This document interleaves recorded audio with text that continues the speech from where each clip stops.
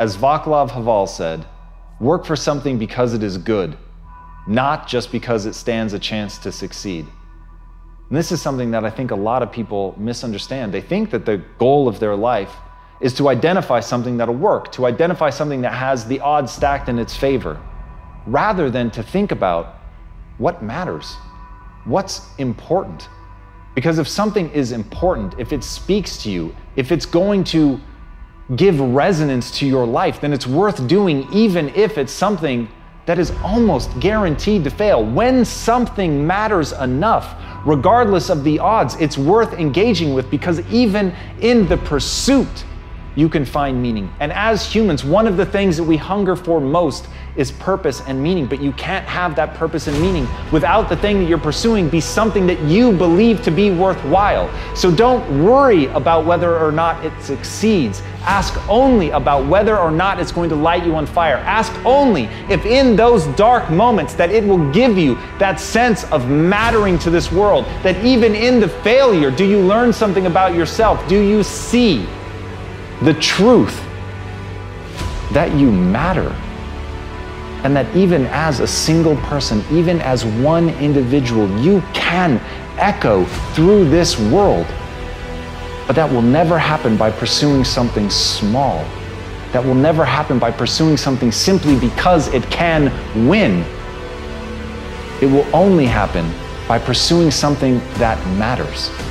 And in that, if you pursue something that matters and you're able to get to the point where you can see it across the finish line, or at least advance it and make it a step closer to becoming real, in that we realize how societies really are transformed. In that, and trying the big, the impossible, dreaming that thing that nobody else is even willing to talk about. In dreaming that, it is the crazy ones who are able to change the world, because the crazy ones allowed themselves to believe. They allowed themselves to believe that against all the odds, a world that does not yet exist could actually exist. And as Ralph Marsden said, welcome those big, sticky, complicated problems. In them are your most powerful opportunities. And that's it. The big problems, the ones that matter, the things that will give you purpose and meaning in your life, they're going to be hard. But if you can look at the hard things and show up and push every day and keep striving, and when you fall down, pick yourself back up and focus only on one thing, not whether or not you're going to win, but whether or not it mattered that you played. If you do that, every sacrifice in your life will be worth it. And if not, nothing you gain will have mattered. As Friedrich Nietzsche said, many are stubborn in pursuit of the path they have chosen, few in pursuit of the goal. And that's one of the things that really trips people up. At the end of the day, a path is an option. It's one of the ways forward, but it's the thing that you're doing right now today. So people get really focused on that. They make their happiness built around that. They think about that as the thing. But as the old saying goes, don't confuse the finger with the moon that it's pointing at. That's where you've got to be really careful. At the end of the day, the goal is the thing that you're trying to achieve. The goal is what you're trying to get. The path is irrelevant. The path is really your best guess. It's the thing you think is going to work. But if you become myopically focused on that, if you think that the path really is the end thing, if you think the finger actually is the moon, then you miss the objective to which you're fighting for. Then you're not going to have the energy to keep pushing when things get really hard, because you're going to have mistaken the way of getting there with the destination itself. And I think that people a lot of times throw hate on having a destination, on building towards some big goal, of having some grand thing that they're chasing. But as Einstein said, if you want to live a happy life, tie it to a goal, not to people, not to things. And the reason that he said that, people and things, they change. You've got no control over them. At the end of the day, the only thing that you really control is yourself. At the end of the day, the only thing that you can hope for is to be going after something that has meaning, something that has purpose, something that really gives you a reason for being, that directs your actions, that becomes the filter by which you judge everything, that really becomes the center, the gravitational center of your own universe. But it's the goal. not the path. So what is it that you really want? You have to identify that. To me, everything in life starts with a goal and then work your way backwards. Don't allow yourself to get caught up in other people and putting your happiness in somebody else and finding purpose in something else and trying to obtain things. Have it be something that you're trying to accomplish. Have it be something that you're trying to become. And once you're on the path to becoming, then you can find real happiness.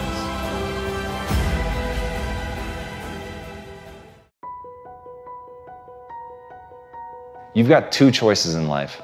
Choice one, you can become somebody else. Choice two, you can become yourself. Now, I really wish that there was only one choice, but in truth, there's not. And most people choose to try to become someone else because it's a roadmap.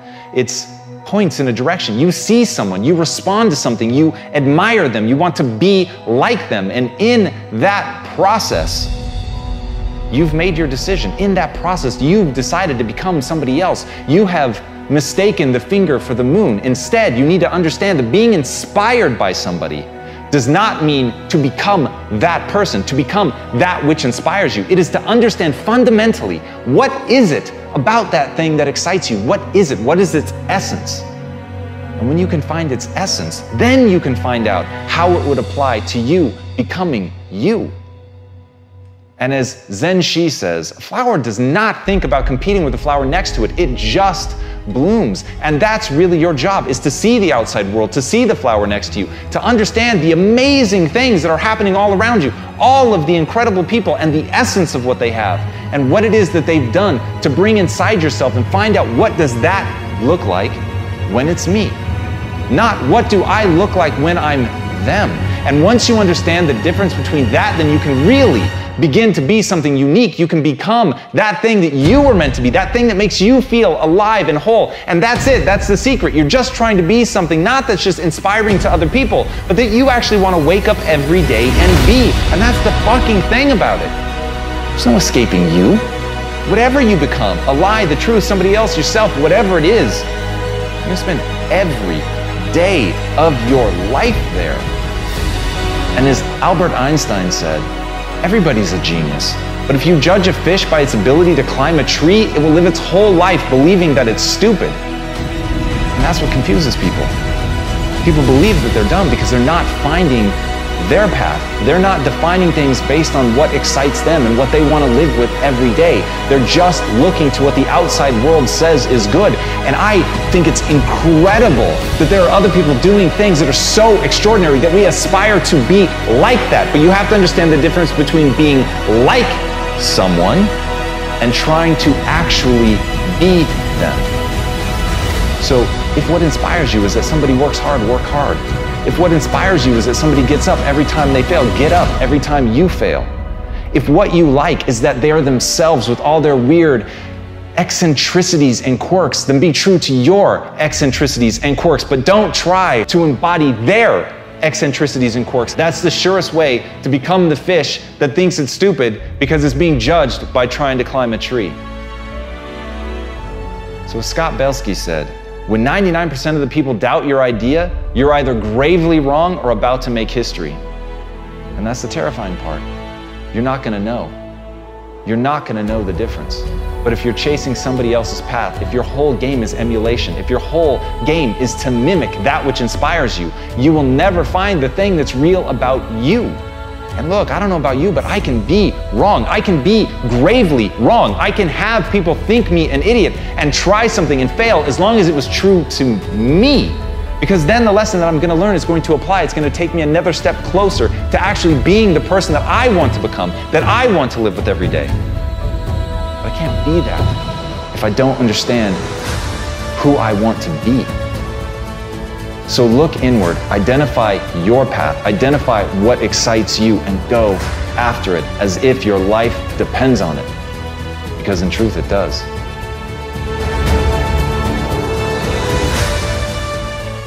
All right, listen and listen well, because no truer words are ever going to be fucking spoken. You can do anything you want without limitation, whatever it is that you decide you want to make come true in your life, you can do that. It is going to take an inhuman amount of work. You're going to have to be prepared to break yourself in half. You are going to have to learn more than anyone has ever learned. You're going to have to push yourself harder than anyone has ever asked you to push yourself before. You're going to go way beyond your breaking point. You're going to run until you vomit. You're going to study until you fall asleep. You're going to push and push and push, and then you're going to push some fucking more. And when you hit the limit, you're going to push again beyond that. You're going to force yourself into an adaptation response. And why? Because as Malcolm X said, the future belongs to those who prepare for it today. So if you don't put the work in today, if you don't do the unending, back-breaking work of developing yourself into something greater, the world is going to pass you by. The people that are going to own it are going to be the ones that did that work. And the one promise that I can make you right now is that somebody out there is outworking you. Somebody right now is doing the things that I'm saying. Somebody right now is doing the work of failing and getting up and getting better and pushing themselves and triggering that glorious adaptation response that makes humans the apex predator. Someone right now, they're putting in that work. And if you don't, the future is going to belong to them. And as Martin Luther King Jr. said, if you can't fly, then run. If you can't run, then walk. If you can't walk, then crawl. But whatever you do, you have to keep moving forward. It's not okay to make excuses. It's not going to slow people down. It's not okay to ask the world to stop so that you can step out front. It's not okay to expect little of yourself and demand great rewards. The only thing that's okay is to be in line with the way that the world really works. And if you want to be great, you've got to become capable of greatness. You've got to develop your skill set. You've got to take what you have now, and if that's crawling, then fucking crawl. But you drag yourself ever forward to a vision of yourself that is so clear and so specific that nothing could knock you off your path, because you, my friend, know exactly where you're going. You're willing to pay whatever price it takes to get there. And no matter what anybody says, no matter how many fucking hecklers come for you, no matter how many people try to throw dirt on you, try to stop you, try to knock you down, no matter how many fucking people come for you at night while you sleep, you will rise and you will keep pushing forward and you will get better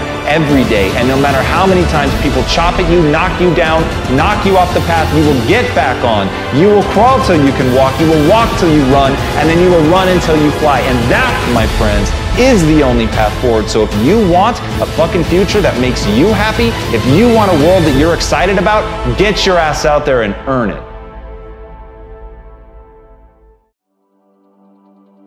As Ernest Hemingway noted, the world breaks everyone, and afterward, many are stronger in the broken places.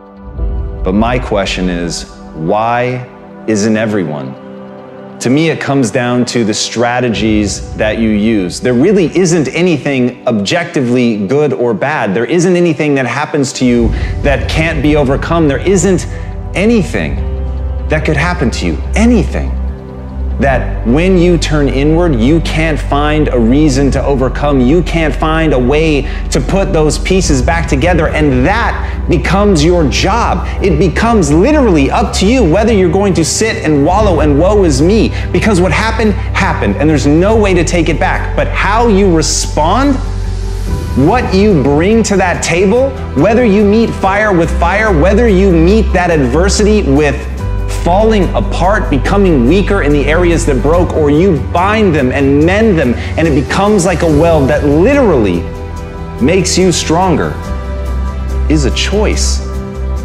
And it's a choice only you get to make. But as Stephen Hawking said, when you complain, nobody wants to help you. There are many things in your life that you have every reason to complain about. You have every reason to be upset by the things that have happened to you. The most sinister thing about excuses is they're valid. There's a million reasons why you should be able to give up. There's a million reasons why you shouldn't need to try. That thing that broke you, you should be allowed to just sit on the ground. And here's the thing, that's your right. You have every reason to do it. And maybe people won't even think less of you. But here's the truth. You either become weaker or stronger in the places that broke, and that's a choice of how you react moving forward. The great news is, the best thing that you could do to become stronger is love yourself. And as Kamal Ravikant said, loving yourself is a practice.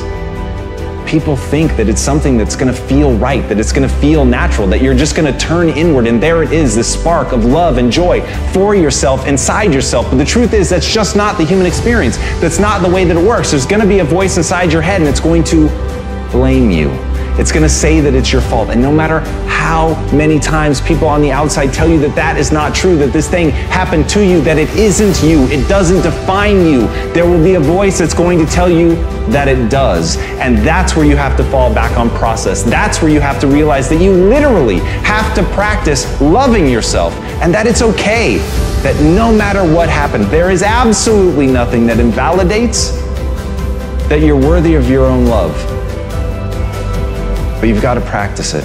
You've got to be willing to do it. You've got to be willing to put in the reps. You've got to know that it's not going to feel right, but you've got to know on the other side of that is a vision of your life where you actually do love yourself. Because you took the time to say it. You took the time to practice it. You took the time to sit there and feel stupid and say that you love yourself. And sometimes just putting in the work is what you need to do to get strong. So put in the work.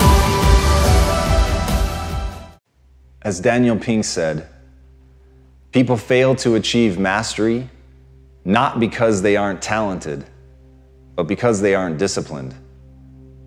The wonderful news about the human condition is you can get good at anything that you set your mind to. It's just not going to be easy, and it's not going to be fast. But the willingness to put in that work is what's going to separate you from everybody else. And I'm begging you to see yourself right now, today, as average, as no better than anyone else. But I beg you, with more force than I know how to convey with this language, to see yourself as malleable, to see yourself as capable of becoming anything you want to become truly extraordinary, if you can find within yourself the discipline to stick with it long enough. And as Steve Martin said, perseverance is a great substitute for talent. Everybody wants to talk about who's talented. Everybody looks at the person with innate talent as if they have something magical. But to me, it's a gift, it's a handout, it's a freebie. It hasn't been earned.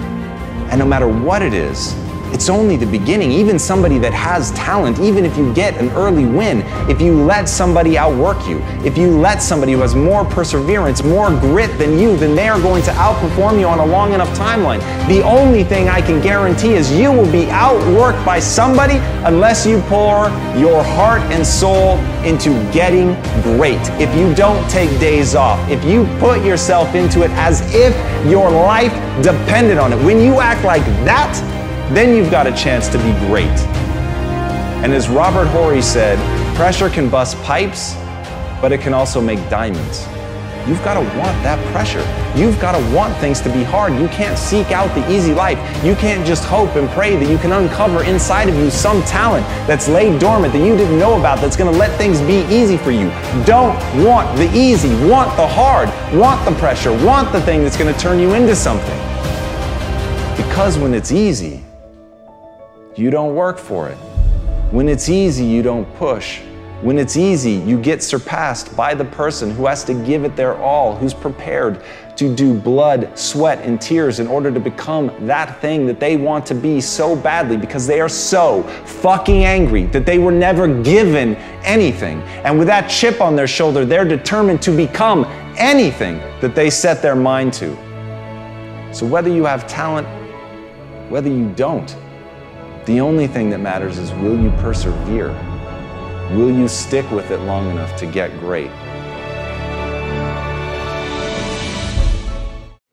As Thomas Jefferson said, he who knows best knows just how little he knows.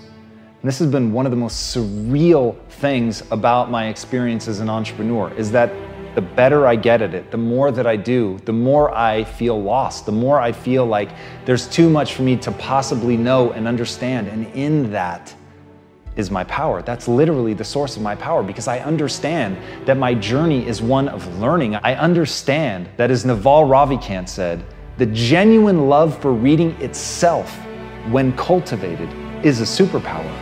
The means of learning are abundant. It's the desire to learn that's scarce.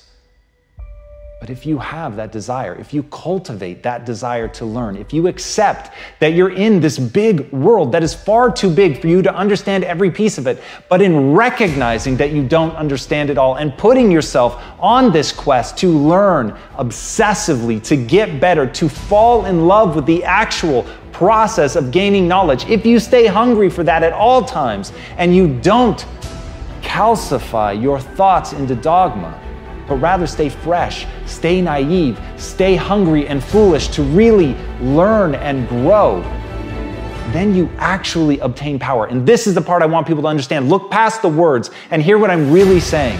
As you take on the knowledge, as you're learning one thing after another, those skills have practical application. And it is that practical application, born of understanding how little you really know, that allows you to become far more powerful than the people that think they know. Because when they think they know, they stop growing. When they think they know, they calcify. When they think they know, their thoughts get brittle like bone and break.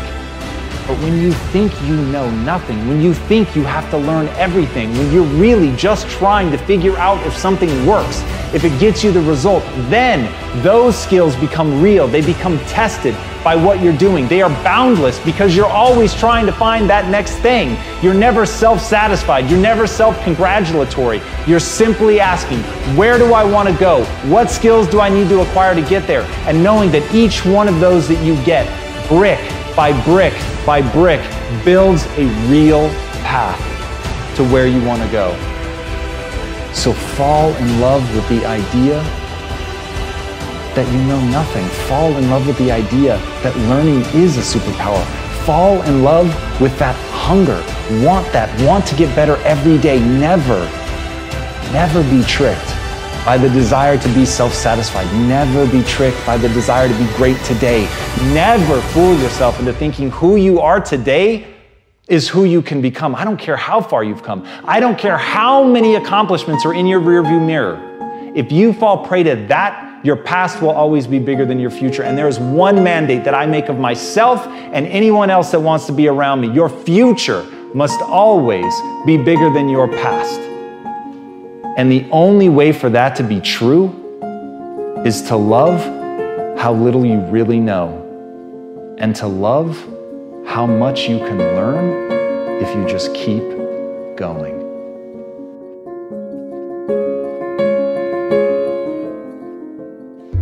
As Oprah Winfrey said, what you dwell on is what you become.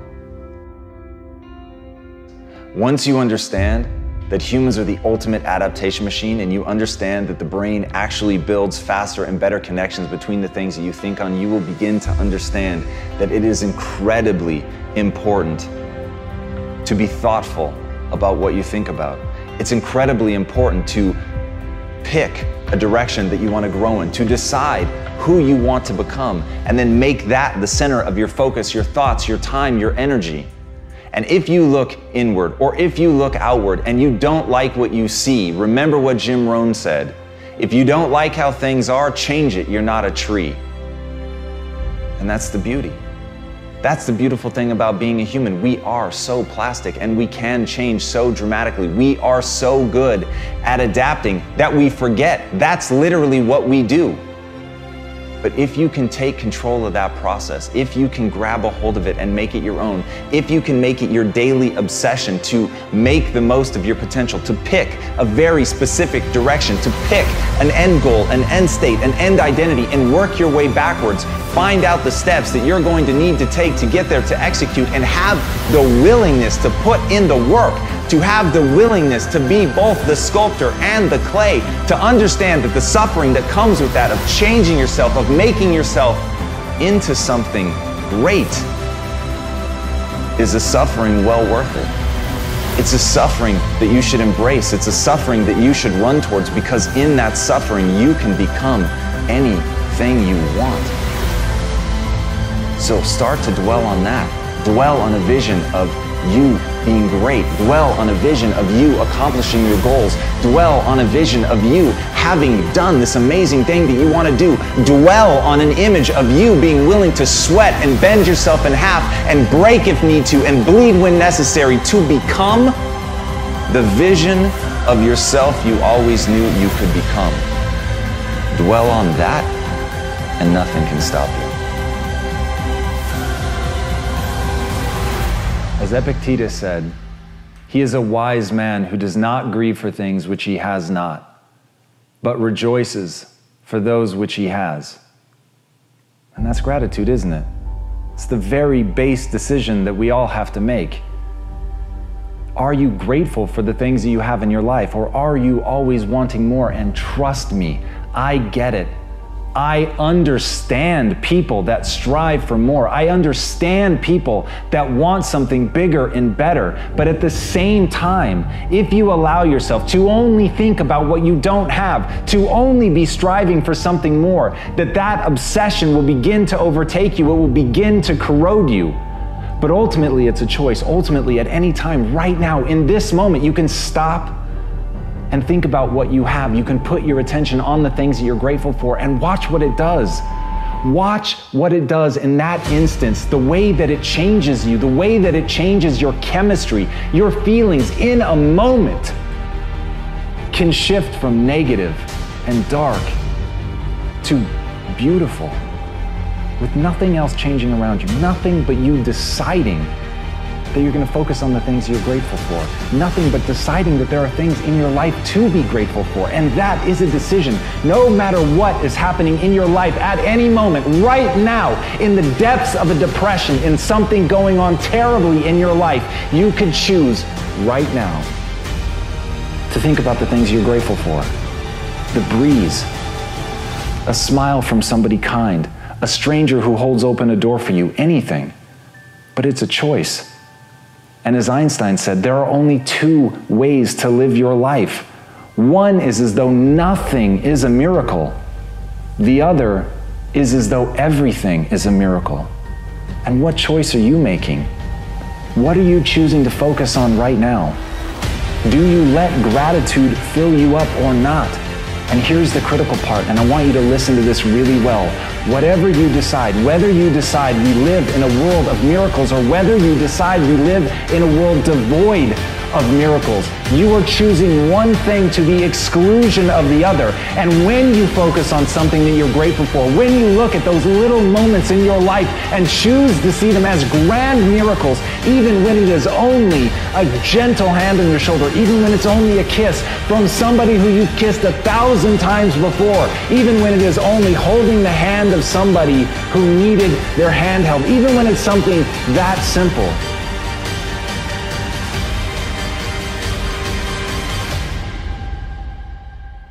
it really is a miracle, that it really is something that can fill you. It really is something that will change your chemistry, bring a connection between two people, allow you to see a grander vista, or even just open a window and look out at the world and realize that you're alive, that this is all a miracle, that none of this is guaranteed, that every breath you take could be your last. And in that, you can choose to cherish what you have. In that, you can decide to focus on that you have a breath to take.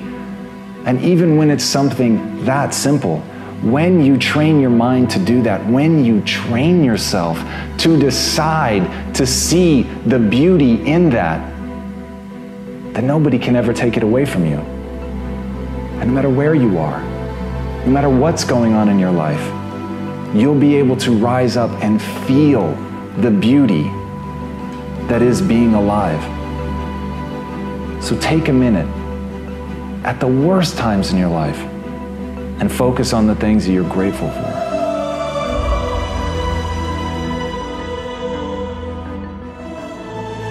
I want you to burn into your nervous system the following statement, because it is a fundamental truth of the human condition. It is literally the baseline physics of what it means to be a person. As Earl Nightingale said, we become what we think about. And that's an idea that I want you to hold firmly in your mind. That's something that I really want you to internalize. I really want you to stop right now. Whatever you're doing, I want you to stop, lean into this video and listen to what I'm saying. You will become what you think about.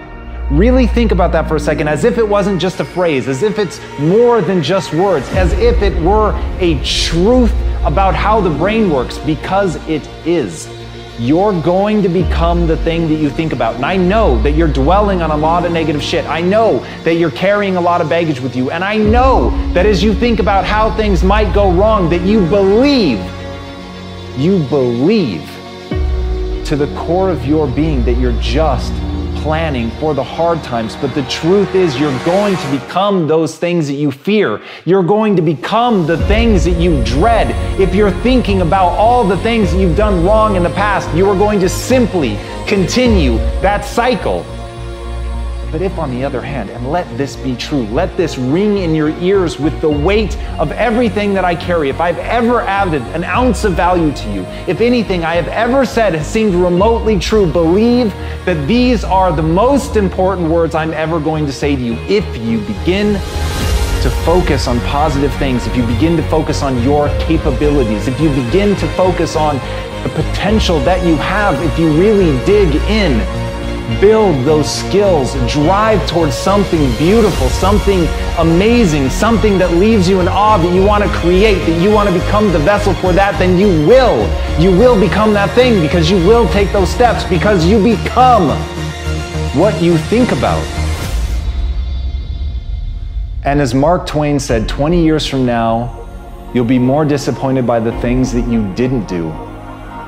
So if you don't take those steps, if you don't focus on those things, if you don't manifest what you want to become, if you don't believe in it, if you don't see how real it could be, if you can't picture the version of yourself that you want to become, and even though people have told you that it's not possible for you, that the things you did in the past are never going to allow you to do that, that you're not smart enough, if you let that creep into your mind, then that's what's going to happen. But if you can see that vision, if you can allow yourself to believe it, then you're going to take the steps that you need to execute against that. And if you go out there and do those things, you won't regret it, but you will regret it if you don't. So get out right now and build the person you want to be so you can have the life you want to have.